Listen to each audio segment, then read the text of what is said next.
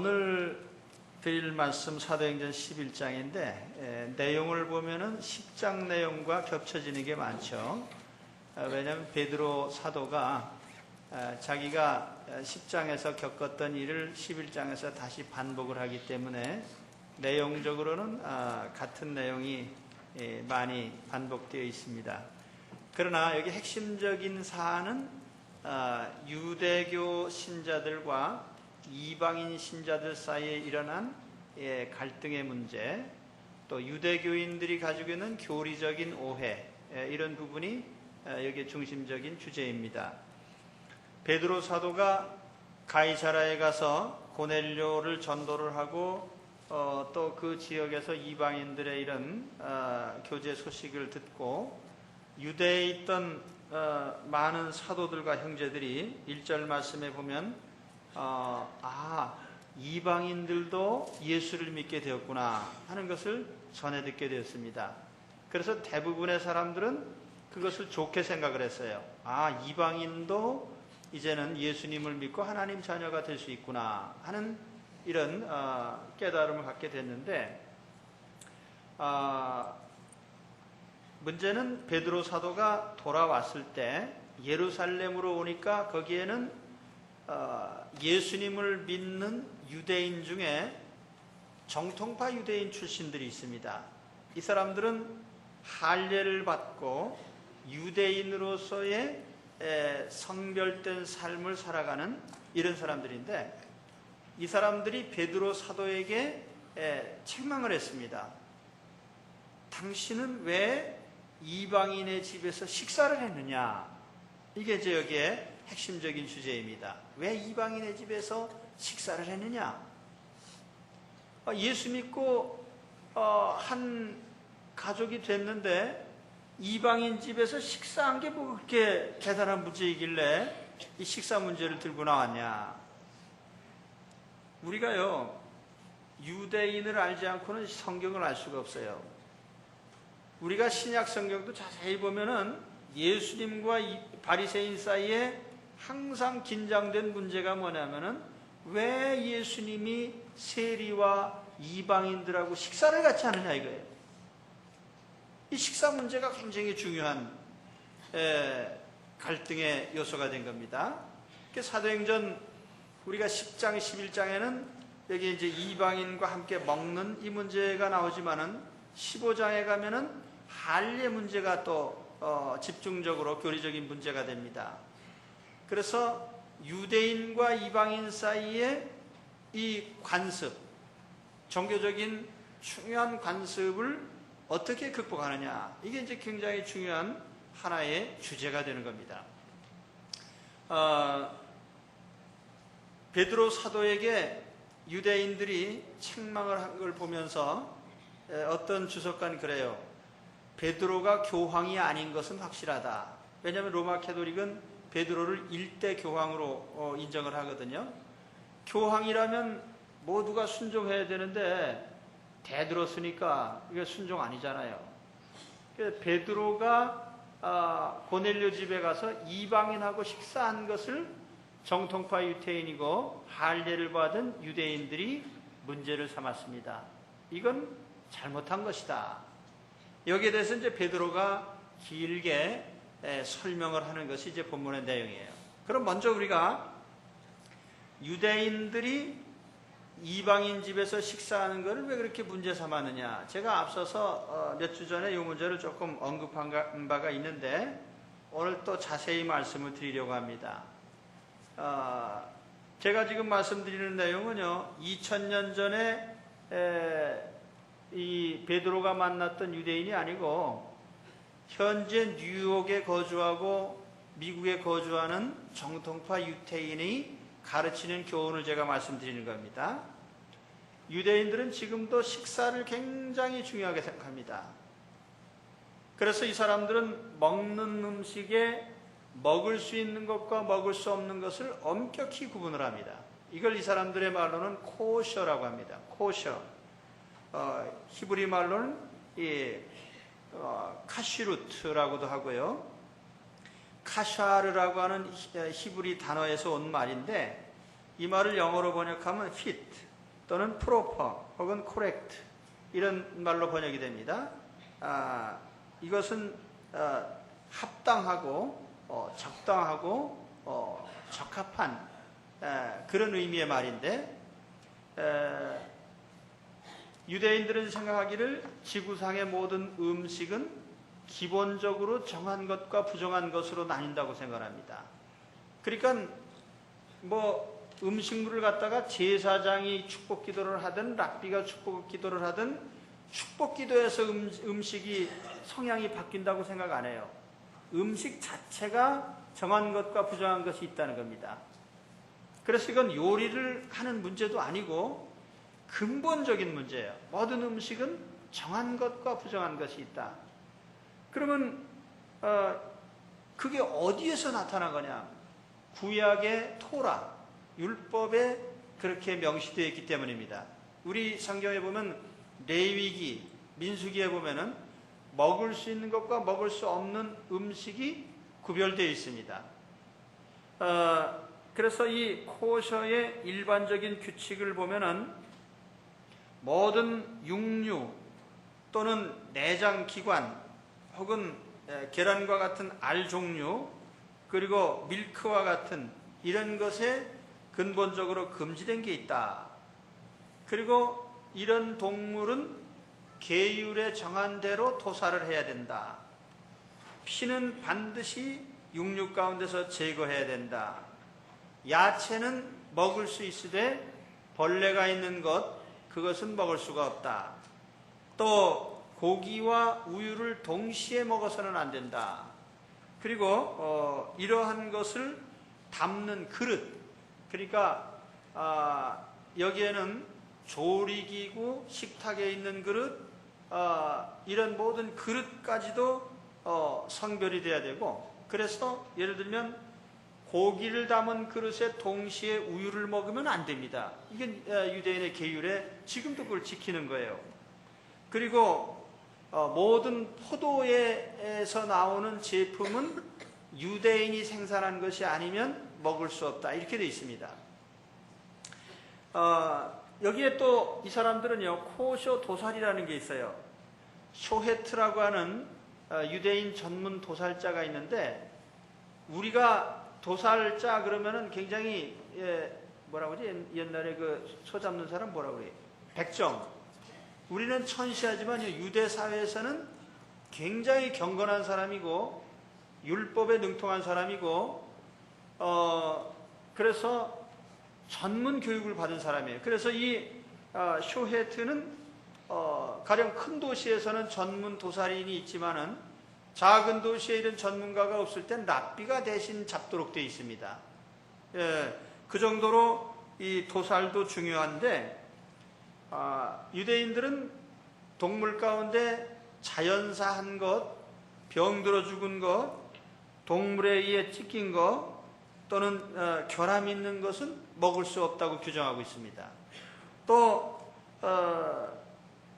도살을 할 때에도 정하게 잡아야 돼요. 그래서 예를 들면 이렇습니다. 그 죽이는 사람은 반드시 도살하는 칼이 있을 거 아니에요? 칼날에 이가 빠져가지고 잘 안 드는 칼이라든지 이걸로 2번 때려서 잡으면 안 돼요.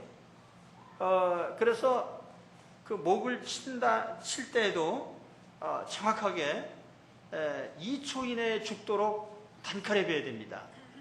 그리고 피를 빼내야 되는데 피는 완벽하게 72시간 내에 제거를 해야 돼요. 그래서 처음에 목을 잘라가지고 피를 뽑아내고 그 다음에 2차적인 피를 제거하는 작업을 하는데, 예를 들면 열을 가한다든지 물에다 넣는다든지 소금을 넣는다든지 해가지고 피가 완전히 빠져나오도록 그렇게 만듭니다. 그래서 이 피는 일체 그 시뻘건 피를 흔적만 있어도 그건 안 되는 거예요. 그래서 예를 들면 계란 있잖아요. 계란에 이게 부화하다가 핏줄이 생긴 그런 거는 먹으면 안 됩니다. 계란에 피의 흔적이 있으면 유대인은 먹을 수가 없어요. 뿐만 아니라 고기와 우유를 동시에 먹으면 안 됩니다. 이거 왜냐하면 새끼를 어미의 젖에 삼지 말라는 구약의 계명이 나와요. 그 신명기에 보면은 레위기의 규례에 보면은 그래서 우유하고 고기는 동시에 안 먹어요. 예. 근데 중요한 것은 요리할 때도 한 그릇에 담으면 안 되는 거예요. 그러니까 프라이팬에다가 가령 거기다가 한 번은 스테이크를 하고 거기다 우유를 데워 먹으면 안 되는 거예요. 그래서 이 조리기구, 담는 그릇, 심지어는 닦는 수건도 달라야 돼요. 섞일까봐. 그래서 제가 그 정통파 유대인의 집에 가보니까 주방에 수도꼭지가 3개가 있어요. 조리용이 있고 또 세척하는 거, 또 정결용. 그래서 이 사람들은 지금도 이걸 철저하게 지키는 겁니다. 그리고 포도 제품도요, 이방인에서 제조한 포도주는 절대로 안 먹어요. 왜냐하면 그게 목적상 우상숭배를 하기도 하고 또는 우상숭배의 과정을 거쳐서 제조한 것도 있어요. 고사를 지낸다든지 뭐 하여튼 그렇기 때문에 이방인이 제조한 것을 절대로 안 먹어요. 그렇기 때문에 이 사람들은 식품을 살 때 반드시 코셔 식품점에서 사는 겁니다. 그들이 만든 공동체 안에서 적합하게 생산된 이것만 먹도록 되어 있는 거예요. 그럼 여러분, 이게 지금 현재 21세기에 뉴욕에 사는 유태인들의 규정입니다. 그러면 2000년 전에 예수님 당시나 또는 이 베드로 당시에는 지금보다 얼마나 더 보수적이었겠느냐. 지금은 유대인 중에도 나이롱 유대인들이 있거든요. 그래서 그저 보수적인 사람들이 지금도 이런 생활 방식을 고수하고 있는데, 근데 이 사람들은 왜 이렇게 구별하냐 하면은 하나님의 백성이니까 세상과 달라야 된다. 거룩한 표식이 있어야 된다는 거예요. 그 거룩의 삶을 살아가는 것이 이 사람들의 그 하나의 이런 생활 방식으로 나타난 겁니다. 그래서 여기에 음식만 구별하는 게 아니에요. 심지어는 의복이나 또는 우리가 안식일 또는 토라 읽는 거, 기도하는 거, 이 모든 게 이 사람들은 구별된다는 의식을 가지고 있습니다. 그러니까 예를 들면 우리는 지금 혼방 옷을 입지만 유대인들은 혼방을 안 입습니다. 정통파 유대인은요, 반드시 한 가지 재료로 짠 것만 입어야 돼요. 왜냐하면 그 성경에 보면은 2가지 실로 섞어 짠 옷을 입지 말라고 그렇게 돼 있거든요. 근데 그것은 영적으로 보면은 이방 사상과 여호와 신앙과 혼합된, 말하자면은 혼합 종교를 의미하기 때문에 이런 것을 아예 그 외모로부터도 제거해 버리는 겁니다.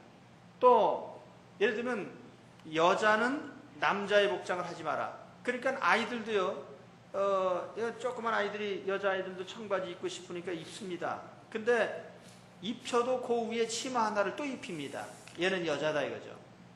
남자와 여자 또는 하나님이 정한 이방인과 유대인, 이것은 철저하게 구별하는 것이 사람들의 성속을 구별하는 이런 그 유대인의 사상에서 나온 것이 바로 이 유대인의 식사법이고 그 중심에 있는 것이 식사예요. 그러니까 베드로 사도가 예수 믿고 하나님 자녀가 됐는데 정통파 유대인들의 입장에서 생각해 보면은 예수 믿고 하나님 자녀가 됐어도 거룩한 하나님 백성의 식사법을 왜 어겼냐 이거죠. 그리고 이해가 가십니까? 오늘 우리가 가진 우리는 지금 누구나 다 이방인으로 예수를 믿은 사람들이기 때문에 유대인의 이런 관습과는 상관이 없는 그런 사람들이에요. 그러나 이 2000년 전에 처음 예수 믿은 유대인들로서는 하나님 자녀로서의 그 삶의 방식을 버리려고 하지 않은 겁니다. 본래 선민이니까. 그래서 이 사람들의 그런 사상에 의해서 베드로 사도가 비록 이방인에게 전도하는 건 좋은데 왜 같이 먹었냐 이거예요. 식사를. 그럼 어떻게 해야 됩니까?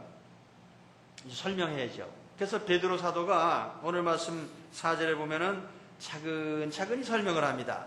4절의 말씀, 베드로가 저희에게 이 일을 차례로 설명을 했다. 여기 이제 오늘 본문의 중요한 내용입니다. 차례로 to explain in orderly sequence.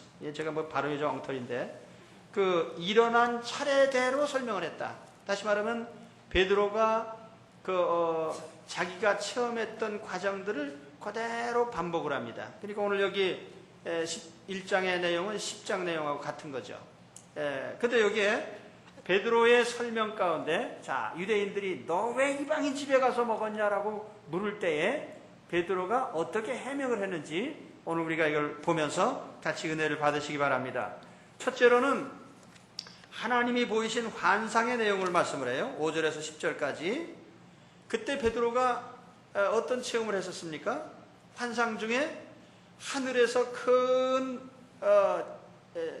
네모난 보자기 같은 그릇이 나오는데 거기에 많은 짐승들 부정한 것들이 거기 있었습니다. 동물도 있고 겨댕기는 짐승도 있고. 그래서 이걸 베드로에게 잡아먹어라 그런 말씀을 하셨어요. 그래서 베드로가 나는 하나님 백성으로 이런 부정한 걸 먹은 적이 없습니다. 그렇게 얘기했을 때 하나님이 뭐라고 말씀하셨어요? 내가 깨끗하게 한 것을 네가 왜 부정하다고 하느냐? 이게 베드로 환상의 내용이죠. 그렇죠? 기억이 나십니까? 예. 여기서 중요한 건 뭐냐면은 이 부정한 음식이 무엇을 상징하느냐는 거예요. 이 부정한 음식은 첫째는 이방인이 먹는 음식입니다. 예. 문자 그대로 이방인이 먹는 음식, 부정한 음식이죠. 그러나 예수 그리스도 안에서 음식은 사람을 깨끗하게 할 수도 없고 더럽게도 할 수 없는 단순히 음식일 뿐이다. 오늘 여러분, 우리는 음식으로 더럽혀지는 사람들이 아닙니다. 우리는 오직 예수님의 십자가로 깨끗해질 수 있는 사람들이죠.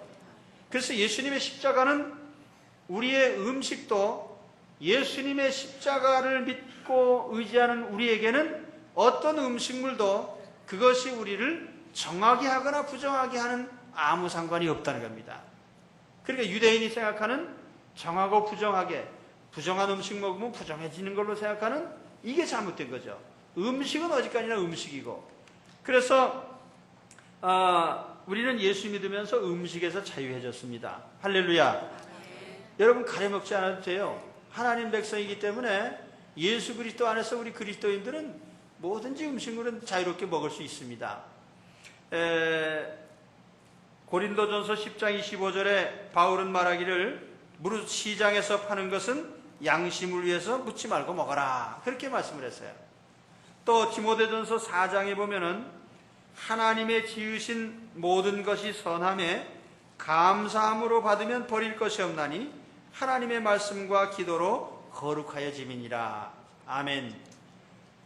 모든 음식물은 하나님이 지으신 거예요, 기본적으로. 그러니까 뭐든지 자유롭게 예수님의 이름으로 기도하고 감사하고 먹으면 된다. 이게 이제 우리 주님의 가르침입니다. 우리는 예수 안에서 세상의 모든 음식에서 자유로워졌습니다. 한국 사람들은 보신탕을 먹어요. 그래서 한국 사람이 보신탕 먹는 걸 가지고 서양 사람들이 자꾸 시비를 겁니다. 저도 이제 먹을까 말까 늘 고민 중인데 그러나 음식 자체로서는 문제가 없어요. 우리나라 사람 보신탕 먹는 거 제일 시비 거는 사람이 프랑스 사람들입니다. 프랑스 사람들은 또 지들은 또 그러면 뭐 얼마나 잘하길래 남 시비 거냐. 프랑스 사람들도요, 가만히 보면 우리보다 더 나쁜 놈이에요. 그 거위잖아요, 거위. 거위를 아주 학대를 해가지고 간이 팅팅 붓게 만들어가지고 그래서 잡아먹어. 우리는 개를 잡아먹을 땐 잡아먹더라도 맛있게 뭐 먹이도 주고 잘 이렇게 하다 잡아먹지만 쥐들은 거위를 그냥 학대를 해가지고 간만 붓게 해가지고 잡아먹으니까 누가 더 나쁜 놈이요. 그 사실은 우리가 먹는 거 가지고 시비 걸면 안 되는 겁니다. 예, 모든 음식은 다 그리스도 안에서 자유로운 것이다. 여러분, 우리는 의존적인 절차를 통해서 깨끗해지는 사람이 아니라 예수님의 피로 깨끗함을 입는 줄 믿습니다. 그러니까 우리가 음식에서 자유로워야 돼요. 또 한 가지는 여기 부정한 음식은 이방인을 상징하는 겁니다. 이방인, 고넬료 같은 이방인, 유대인이 볼 때는 개만도 못하게 여기는 이방인이지만 예수님의 십자가를 믿고 의지할 때에 우리는 유대인보다 본래 태생적인 아브라함 자손보다 1000만 배 더 깨끗한 하나님의 자녀가 되는 줄로 믿습니다. 그렇기 때문에 예수님이 깨끗하게 한 사람들을 보세요. 간음하다 현장에서 잡힌 사람, 또는 나병 환자들, 세상 사람들이 무시하는 세리나, 또는 세상에서 죄인으로 취급하는 살인 강도까지도 예수님의 십자가를 믿을 때에 그는 단번에 하나님이 거룩한 사람으로 인정을 받은 겁니다. 예수 그리스도 안에서 이방인은 이제 유대인이 생각하는 더러운 존재가 아니에요. 오늘 우리가 왜 예수님의 복음을 여러 나라에 전합니까? 우리가 감비아에도 전하고 카자흐스탄에도 가고 네팔에도 가고 중국에도 가고 이 다 우리가 이 사람들에게 복음을 전한 이유가 뭐예요? 이 사람들이 다 제한 없이 예수님의 십자가 안에서 거룩한 하나님의 백성이 될 수 있기 때문에 우리는 복음을 전하는 것입니다. 예수 안에서는 이방인의 구별이 없다. 또 예수 그리스도 안에서 예수 그리스도의 십자가를 믿으면 어떤 부정한 것도 이제 깨끗해진다. 이것이 바로 우리 주님 십자가의 교훈입니다. 그래서 베드로 사도는 지금 얘기하는 거예요. 내가 본 환상에 의하면 예수님을 믿으면 어떤 죄에서도 깨끗해지고 어떤 음식의 문제도 부정한 것도 깨끗해지고 그렇기 때문에 이제 예수님 안에서는 상관할 게 없다. 이것을 이제 먼저 유대인들에게 얘기를 한 겁니다. 그 다음에 두 번째는 성령의 지시를 받았다는 점을 말씀을 합니다. 오늘 말씀 11절에서 14절에 보면은 고넬료 집에서 나를 찾으러 심부름꾼이 왔는데 그때 성령님이 내 마음에 말씀을 하셨다. 성령이 내게 명하사 아무 의심 말고 함께 가라. 성령님이 명령을 하는데 무슨 소리냐. 그리고 세 번째로는 내가 복음을 증거하는데 성령이 고넬료의 가족에게 임하였다. 성령이 임하셨어요. 하나님의 영이 유대인 속에만 임하는 줄 알았더니 이방인에게도 임하더라. 우리가 받은 성령을 고넬료 같은 이방인도 받았으니 성령 받은 사람 우리가 어떻게 거역할 수 있겠냐. 그래서 베드로 사도는 말합니다. 내가 누구이기에 하나님을 능히 맡겠느냐. 내가 누구이기에 Who am I? 내가 누구냐? 나는 하나님 앞에 작은 심부름꾼일 뿐이고 나를 보내신 주님이 막지 말라고 했는데 내가 왜 막을 수 있겠느냐. 성령님을 보낸 사람을 내가 왜 이방인 취급하겠느냐. 결과적으로 베드로 사도가 말한 것은 유대인 당신들이 식사법을 통해서 깨끗해지려고 하는 것은 이제 예수님 안에서는 필요 없는 것이 됐다. 그러니 이제는 먹는 것 가지고 시비 걸지 말자. 이방인도 당신들은 개 같은 존재라고 하지만은 하나님이 성령까지 주셔서 거룩한 하나님의 자녀로 인정하셨다. 그러면 너희들도 이제 하나님 백성으로 인정을 해라. 혈통적인 아브라함의 자손인 그것이 우리를 인정하게 하는 것이 아니고 이제 예수 그리스도 안에서 하나님이 인정한 백성들이 진정한 하나님의 백성이다. 그래서 유대인들에게 이와 같은 것을 교훈하는 겁니다. 유대인 회당에는 유대인만 옵니다. 그러나 하나님의 교회에는 유대인과 이방인의 구별이 없어졌습니다. 그래서 하나님 교회 안에는 모든 사람이 하나예요. 저는 이 말씀 준비하면서 우리의 사고방식도 많이 바뀌어야 되겠다는 생각을 했습니다. 오늘 우리가 겉으로는 어떤지 모르지만은 우리 민족이 상당히 배타적입니다. 그래서 이제 앞으로는 단일민족이라는 말을 쓰지 말자고 하는데요. 그게 맞는 말이에요. 어떤 분이 일본 사람이 순종인지 한국 사람이 순종인지 그 유전자 검사를 해보니까 일본 사람이 더 순종이고 한국 사람은 일본 사람보다 더 잡종이다. 왜냐하면 이방족의 혈통이 우리가 더 많이 섞였다는 겁니다. 그런데 우리는 상당히 조금만 피부 색깔이 다르고 뭐 하면은 우리가 자꾸 어떤 배타적인 이런 모습을 우리가 나타내고 있다는 거예요. 지금도 우리나라에 이 제3국에서 온 많은 사람들이 결혼을 하고 가족을 이루고 있습니다. 따뜻하게 돌봐줘야 돼요. 그런데 우리가 그런 마음에 열린 마음이 없어서요. 우리의 관습대로 우리의 판단대로 배타적인 마음을 품고 있으면 이게 얼마나 잘못된 거예요. 우리 한국의 교회가 처음 세워졌을 때 그때는 남자 여자가 따로 앉았어요. 그런데 또 그때는 이런 일도 있었어요. 어떤 교회는 백정들이 많이 나와. 그러니까 양반들이 저 상놈이 나오는 교회. 그래가지고 또 안 오는 거예요. 우리가 이런 모든 그리스도 안에 있는 장벽들을 헐어야 됩니다. 예수 그리스도 안에서 유대인과 이방인의 장벽이 헐어진 것은요 대단히 큰 의미가 있는 겁니다. 유대인과 이방인 이게 헐렸기 때문에 기독교가 유대인의 종교가 아니고 세계인의 종교가 된 거예요. 복음이 유대인의 것이 아니고 세계 여러 나라 사람의 복음이 된 줄로 믿습니다. 그건 우리도 우리 의식을 고칠 게 많아요. 담벽을 헐어야 돼. 보십시오. 아브라함 때부터 2000년 동안 내려온 전통이라도 할례 전통 2000년 그래도 예수 그리스도 안에서 그것을 넘어서야만 되니까 그거를 타파했거든요. 그렇다면 오늘 우리가 100년 전통이든 200년 전통이든 1000년 전통이든 우리 하나님께서 깨트리라고 하는 것은 깨트려야 됩니다. 그래야 인간과 인간 사이에 장벽이 해소가 되는 거예요. 갈등이 해소가 되는 겁니다. 여러분 우리가 어느 사회에서 계층 간의 갈등도 있고 개인 간의 갈등도 있습니다. 그러나 그것은 해결해야만 다음 단계로 넘어갈 수 있는 거예요. 그걸 해결하지 못하면 영원히 그것이 장애물이 되는 겁니다. 우리 한국 사회도 마찬가지예요. 우리가 이제는 우리가 혈통이나 단일민족이나 이런 걸 내세우지 말고 우리가 그리스도 안에서 모든 사람은 하나라고 하는 이런 그리스도의 생각과 사상으로 바뀌어야 됩니다. 우리 생활도 바뀌고 그래서 어떤 내가 쳐놓은 관습이나 인습의 장벽들을 제거를 하시기 바랍니다. 그래서 그로 말미암아 새로운 인간관계가 맺어지고 그리스도 안에서 한 가족이 되는 이런 은혜로운 역사가 나타나게 되시기를 축원합니다. 아멘. 오늘 말씀을 보니까 유대인들이 베드로의 설교를 듣고 마음이 참 심각해졌습니다. 그래서 말씀을 보니까 18절에 보면은 17절인가요?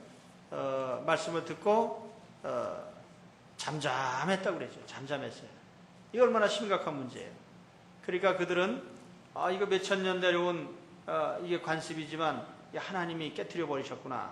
그게 깨달은 겁니다. 그래서 하나님께 영광을 돌렸다고 그랬어요. 하나님께. 그리고 새로운 변화된 상황을 이제 인정하고 받아들이게 된 겁니다.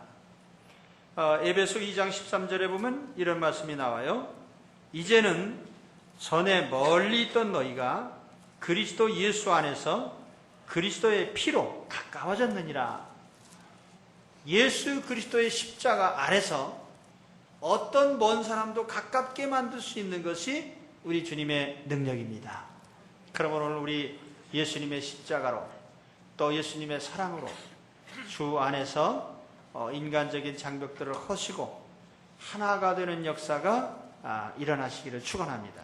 가족 속의 장벽이 헐어지고 우리의 직장 속에서 혹은 하나님의 교회 속에서 우리 거주하는 모든 곳에서 이런 사람이 쳐놓은 오래된 장벽들, 관습들이 깨지고 주 안에서 그리스도 안에서 새로운 관계들이 세워지시기를 축원합니다. 하나님 아버지 감사합니다. 오늘도 저희들은